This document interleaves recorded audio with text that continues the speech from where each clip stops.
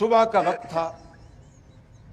मुझे सुबह में फजर के बाद मैं स्विमिंग करता हूँ, तो मैं एहतियातन अपना सिक्योर फ़ोन साथ ले गया और मैंने ज़िया को कहा कि ज़िया यार, अगर कोई घंटी बजे तो मुझे फ़ौरन बताना।